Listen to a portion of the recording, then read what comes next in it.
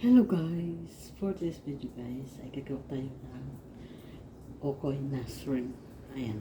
Ito yung guys, yung ating mga ingredients. Ito yung ating mga ingredients. Ito yung pinaka main. Ayan. Ang heavy or hipon na maliliit. Cilantro, salt and pepper.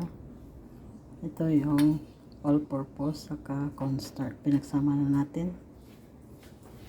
Carrots, kamote, sibuyas, kalabasa, egg, 2 eggs with 1.5 of water. Ayan. And syempre yung garlic.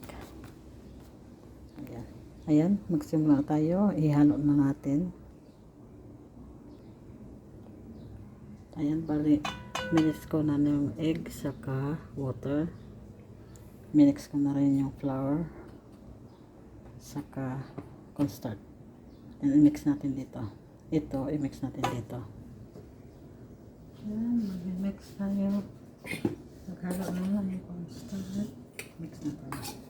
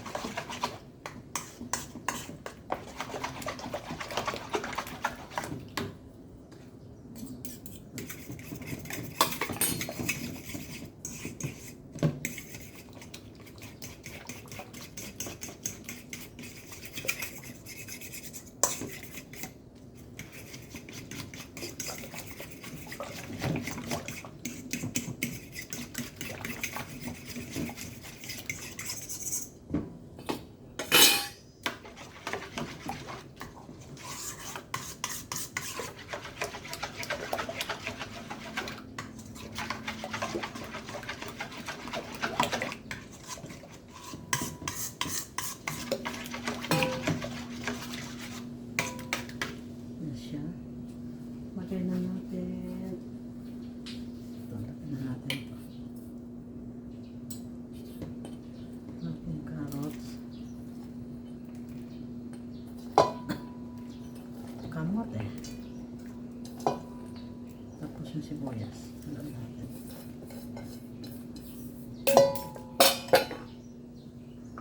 Yung ating kalabasa.